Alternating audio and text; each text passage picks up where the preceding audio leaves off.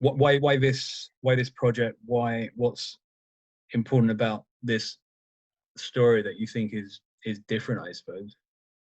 I think it's very relevant to now, in terms of what we're seeing from a social media perspective.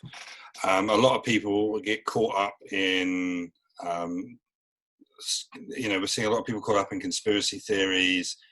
There's a very cult-like approach to people's political views now, and this isn't necessarily strictly like a Trump thing, but also like there's a very strong divide. People are like picking up their political beliefs and sticking to it very, very strongly, and there are opportunists that we see coming in to fill that void and to stoke those beliefs and then profiteer off them. And as someone who's for quite a long time been politically homeless, I fluctuate around an assortment of parties. For me, I look at people doing this and I think I can see what's happening. But other people who are very much into it can't seem to see what's happening. They seem to believe that people very much are on their side. To give a particular example, you see it a lot with far right groups and extremist groups, and we look a lot at that in my day job. I work in a school for vulnerable young people, and a lot of what we do around them is training around extremism, and because it's very easy for them to get caught up in extremist groups, because they appeal to people with low self-esteem, who don't feel like they belong anywhere, who feel like what they do has no purpose and doesn't matter. And these are all the same things that you see in cults and cult leaders. They appeal to the exact same principles. They give people a place and they give people a home, and then they give them a sense that what they do matters and that they belong to something. And being like social animals, the social animals that we are, except me, it's we want to be a part of something. We want to believe that what we do matters. We want to be, and I think that social media in particular has given people a real opportunity to sort of fit into those gaps. And it's no accident that our cult leader, Joseph Layton, does a significant proportion of his preaching online. Despite having this grandiose building that he works out of, because image is everything. A lot of his preaching he does online. Throughout the entire length of the film, there's an online sermon that sort of acts as a kind of anchor points for the other parts of the film. And I think the film really reflects that and reflects the danger of what people potentially expose themselves to if they're too trusting of people who say, I have a place for you, what you do with me matters, and for a small payment, I can make sure that your life has purpose. So I think in that respect, it's very relevant. But what we've done is, what Chris has done incredibly well is tell this story, but make it a personal story about people rather than trying to sell a political message through the film. Sure. And that's why I think the film is important. And also, I'm a big proponent of localized filmmaking. It's what I believe in. I don't believe everything has to be made in London or in Manchester or any of the major metropolitan areas. I want to see filmmaking sort of branch out and be localized, because there are other interesting places around the country where we can make films. But it's never going to reach that point if people keep gravitating towards London and keep making stuff in London. So we need to make low budget stuff that's very story driven outside of London to prove that it's viable, that it's something people can do, and then people will gravitate outwards. Absolutely. It's almost like, the the evolution of, say, the Me Too movement and the representation of more diverse people in film, both filmmakers in front and behind the cameras. But it's almost like the concepts of the film haven't changed. It's you've got a more inclusive, more diverse people representing the same story over and over again. It's London, it's London, it's London. It's maybe Scotland, maybe Manchester or something like that. And it's like, if you're going to have a truly diverse storytelling experience, why wouldn't it be everywhere? Yeah, no, exactly.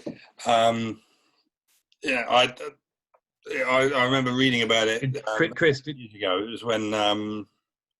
It was when Jeremy Hunt was the culture secretary, and he was planning to make a lot of localized radio and a lot of localized television studios, because he quite rightly said, what does your person, someone who works in Sheffield, who works and lives in Sheffield, what interest do they have in what's going on in London? They should be seeing things about where they're from. But the issue is, because everything happens in London or in major metropolitan areas, the money doesn't filter out. We used to have Isle of Wight TV in Portsmouth. You used to be able to pick up the Isle of Wight's independent television station. Okay, I didn't know that. That had content that was produced in Portsmouth, but it was all a bit naff because there was no money there.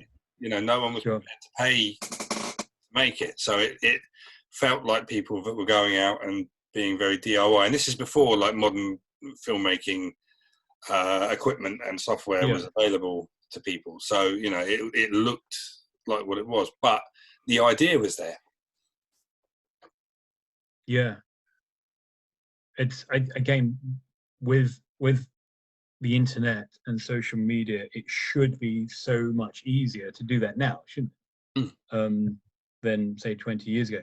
I mean, Chris, you wrote this, the script, is that fair to say? Or yes. Sort of formulated the story. Again, where did the sort of nucleus of this come from? Was it, as Adam just said, what's happening at the moment politically around the world, just in culture?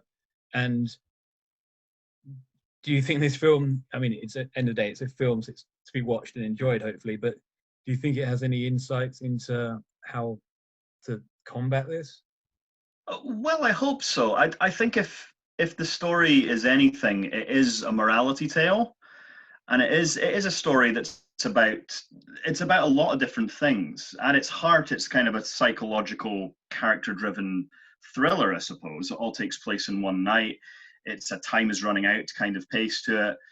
The sort of focus of the story is quite small. It's focused in on these three characters, but what they represent and what the story is about really does go into a lot of the stuff that Adam was talking about. It's about things like, particularly with the online culture we have now, it's manipulation of information. I mean, there's so much information out there and everybody has access to it at the touch of a button. We're all holding these little rectangular objects in our hands and we can get the answer to any question we want. What we're not very good at, I don't think, is being able to use our common sense and filter through any information that we have. And in a lot of ways, I think we find the misinformation that comes through is always outweighing the facts. It's more exciting. It is very easy for people that are very clever and very good at manipulation to bend the facts towards their will. And of course, it deals an awful lot with that idea. It deals a lot with the idea of people desperately having a need, particularly in the 21st century, to belong, to have a set of beliefs or a faith of some sort, not just religious, socially, politically. Yeah. We're all a little bit adrift in a boat on a very, very vast sea of opinions.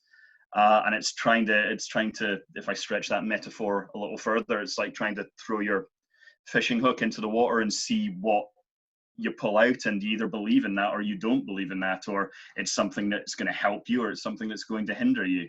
And that's really what the story thematically is about. And really the nucleus of the idea came from Adam and I wanting to work together. We'd sort of talked in the past about working on one of my other scripts, which ended up getting optioned. And so once that happened, I said to Adam flat out, I said, well, do you want to develop anything original? And we'll just develop it from page one. I'll write you the script and we'll just massage this thing out and try and see what kind of film you want to make. And he had a little laundry list of ideas and subjects that he wanted to deal with, and cults was one of them. And cults are as much an interest for Adam as they are for me. I think everybody's fascinated with them, and in particular cults these days are quite predominantly online. There's an awful lot of them out there. Even ones that you don't even suspect might be a cult. These little communities that can sometimes make an impact. More often than not, it's just ripples in a very big pond. But for the people that are involved in those communities, the effects can be devastating, and it can be devastating. The ripple effect is it goes into their families who are not a part of this. And it was really about trying to explore that as well, explore the fallout of that kind of belief structure, that kind of greed as well, and not from a specific political or religious standpoint or anything like that. This is really the story of a con man, and it's a story of a con man who gets trapped in his own deceit, which is where the morality side of things comes into it, by these two followers who bit the hook, who bought everything that he said. And that's how he finds himself trapped, because he's like, well, I don't know how I'm going to get out of this, because these two believe everything I've said. So it doesn't matter if I tell them that it was a lie. They're going to think I'm testing them or something. So that's really where the hook of the story comes from. And we developed it from there. I think once we had that initial hook, we thought that's a good thing to structure the story around. And it spiraled on from there. And Adam and Tom are wonderful collaborators in that respect, in that they left me in peace for a couple of weeks. I got that first draft out. Then we went over it and we combed through it. We made our notes. Everybody made their notes. I went off and I started redrafting, and we just did the process again and then again until we got to a point where we thought this is a solid enough place from which to start getting this film into development.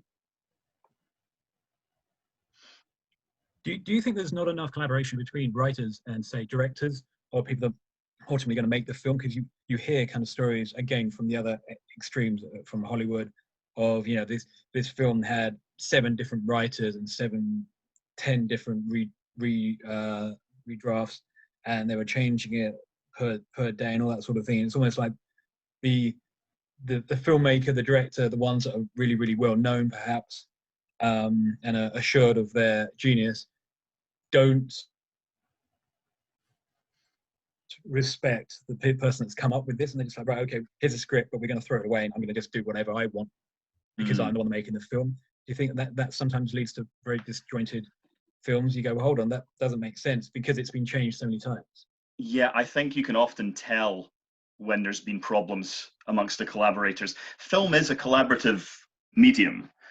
If you work in television, it's often the producer's medium. Film is generally the director's medium, but without the story, you don't have anything. And I've never been afraid of collaboration with a director or a producer in terms of just facilitating that person's vision. I'm a writer, I'm not a director.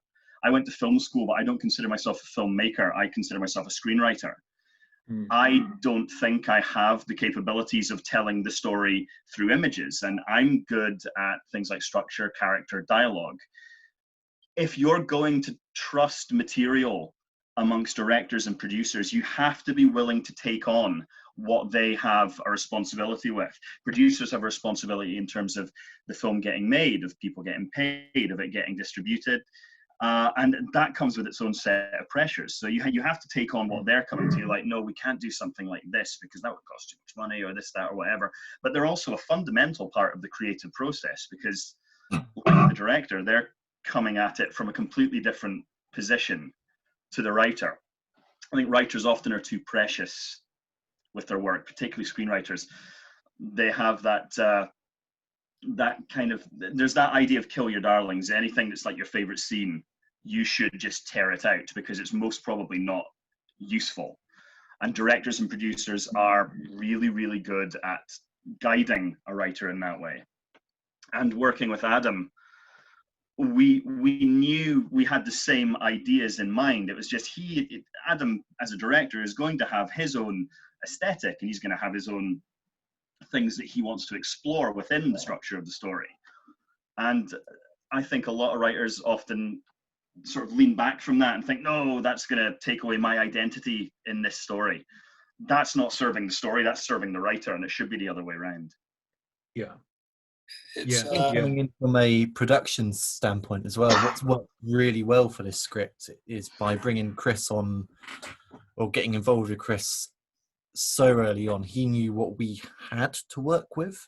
So very early on, we thought, oh, we might have access to this sort of church space, and knowing that they would be so accommodating, Chris developed this incredible story set entirely within the walls of that building. And that's really means we're all working towards the same goal. We all have the same vision of the Mire because we developed it from the starting point. It's not a spec script taken, orphaned, and then tried to fit into something else. We are all working towards to build this one production. I think that made sense up until the end when it started breaking. No. I think Tom's right as well. Is that it's. I hasten to use sort of like taglines for anything, but it's a passion project in that respect. And I think because it means something to all three of us, the attitude that we have going into this and the passion that we have for the project is only going to serve us well once we get into the production side of things and into the selling. You'll find ways to fix it if there's a problem. You will adapt rather than go, well, we can't do it, I'll walk away because I'm not bothered.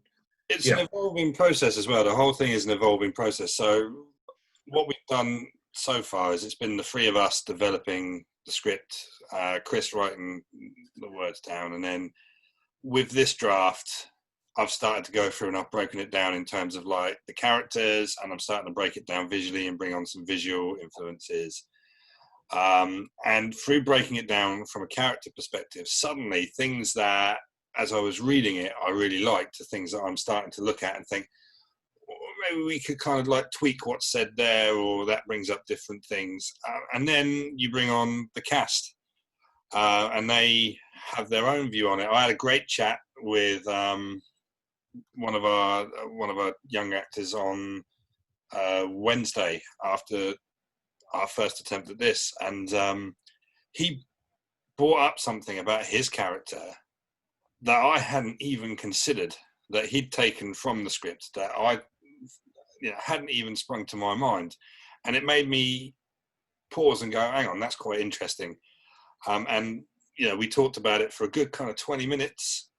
And it's added, I think, an extra layer to that character. It was something that everybody brings a kind of fresh perspective to it. Everybody brings a fresh set of eyes. And like my role as the director is to facilitate everybody, communicate, and then facilitate everybody working towards my vision. And that doesn't necessarily mean having absolute and total control over the whole thing and the minutiae of it, because actually there are people who are going to have perspectives and views on things that I won't consider, and to ignore those is often folly.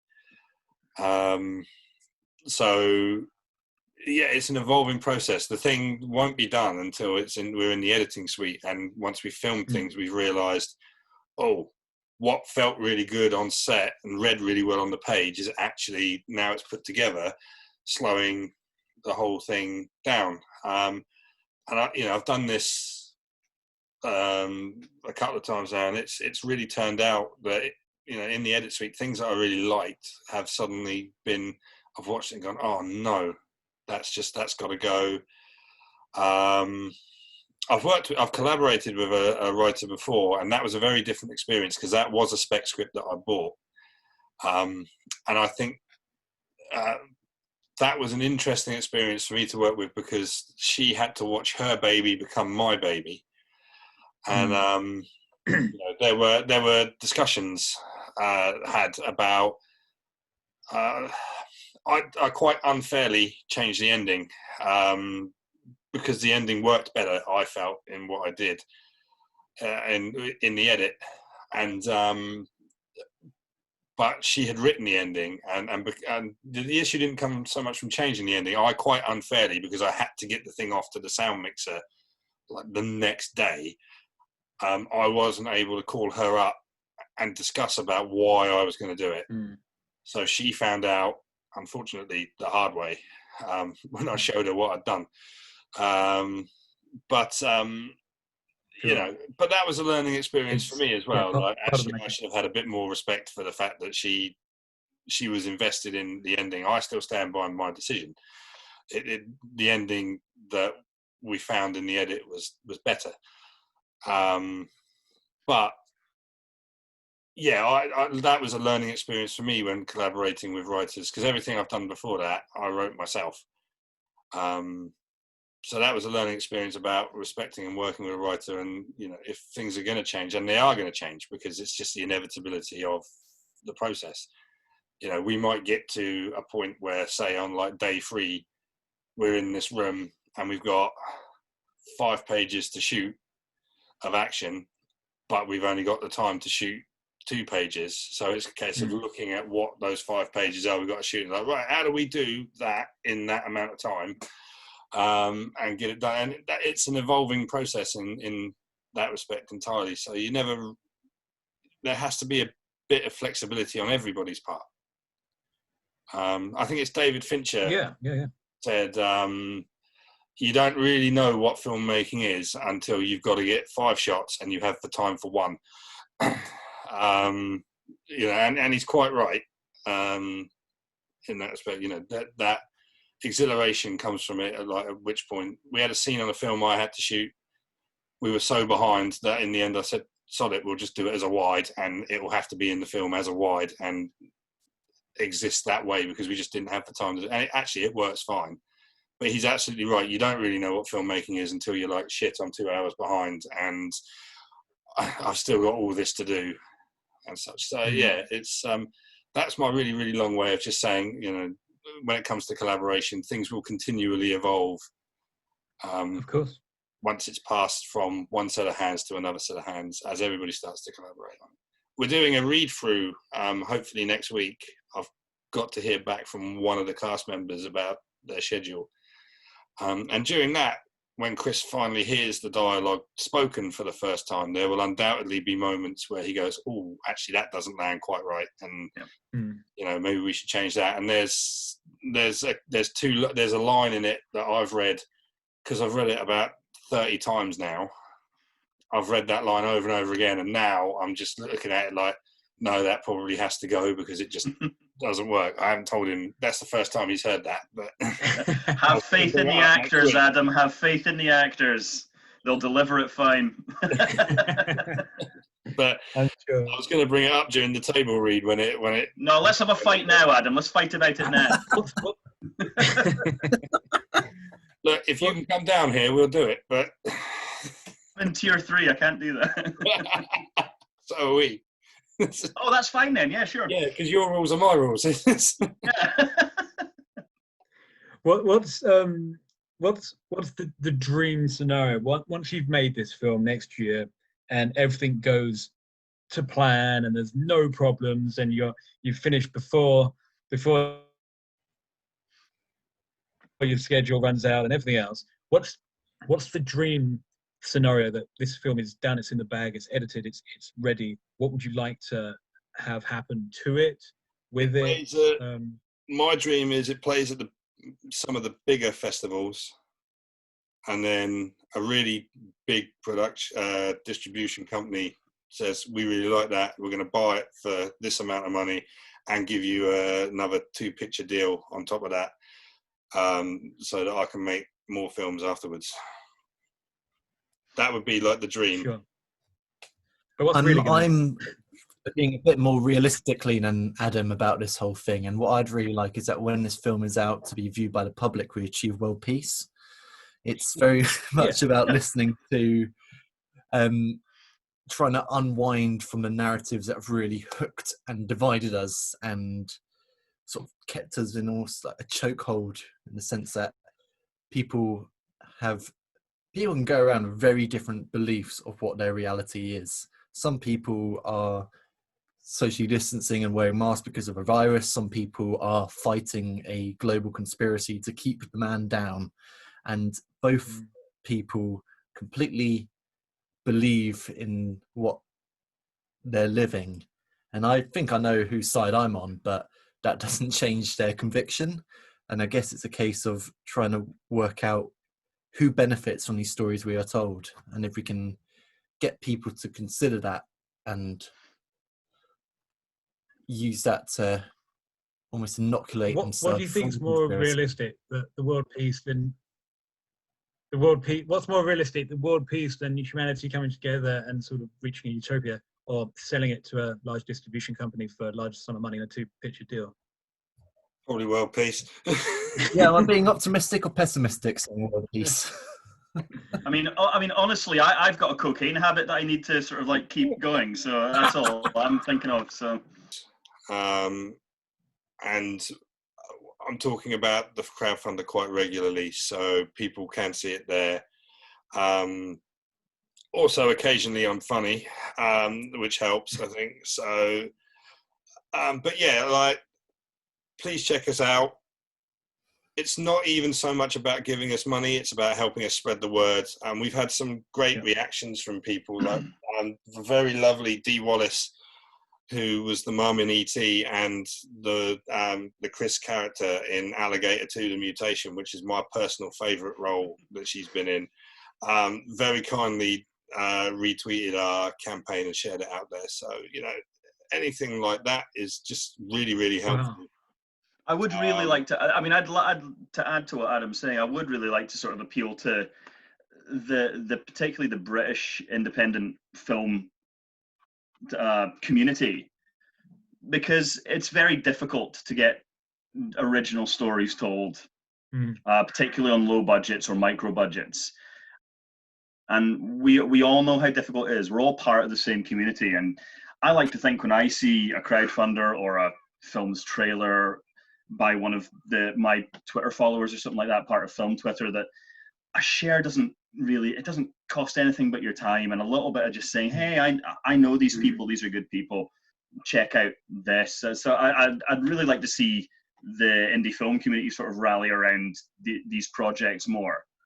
I came from film journalism, where primarily the stuff that I was being sent screeners for was these tiny little budgeted independent films. That's actually how I met Adam. The very first film that I reviewed for Watch This Space Film magazine was a screener of Adam's film Little Pieces. And I thought it was terrific. And it was through that review that Adam and I hooked up on Twitter. 5 years later, here we are. It is a community, and it's not a particularly big community. And I think that the more we rally together to get all of our stories told, the better. And like I say, a retweet, share doesn't cost you anything, just a little moment of your time. And we've had a really good response so far. And I'm nothing but grateful to particularly my followers on Film Twitter, who are always full of support and enthusiasm for anything that we do. So we'd just like to see that extend a little bit further. And like Adam says, it's not necessarily about money, but getting the word out, sharing it, because the more it's shared, the more it gets seen by people that might have the means. Because I know it's a tough time, particularly this year. It's been a very tough year, and it's a funny time of the year as well, when people's priorities might not necessarily be with this sort of stuff. But what we're trying to do is tell an original contemporary story, and we think it's a bloody good story, and we'd really love people to see it. And it's not just that it's a message movie or that it's got important themes it's talking about. At base level, it's a bloody good little thriller. And I think that it sounds it. Lined up for this, it's going to be something really special, I think. So I'd love to see more support from the film community on it.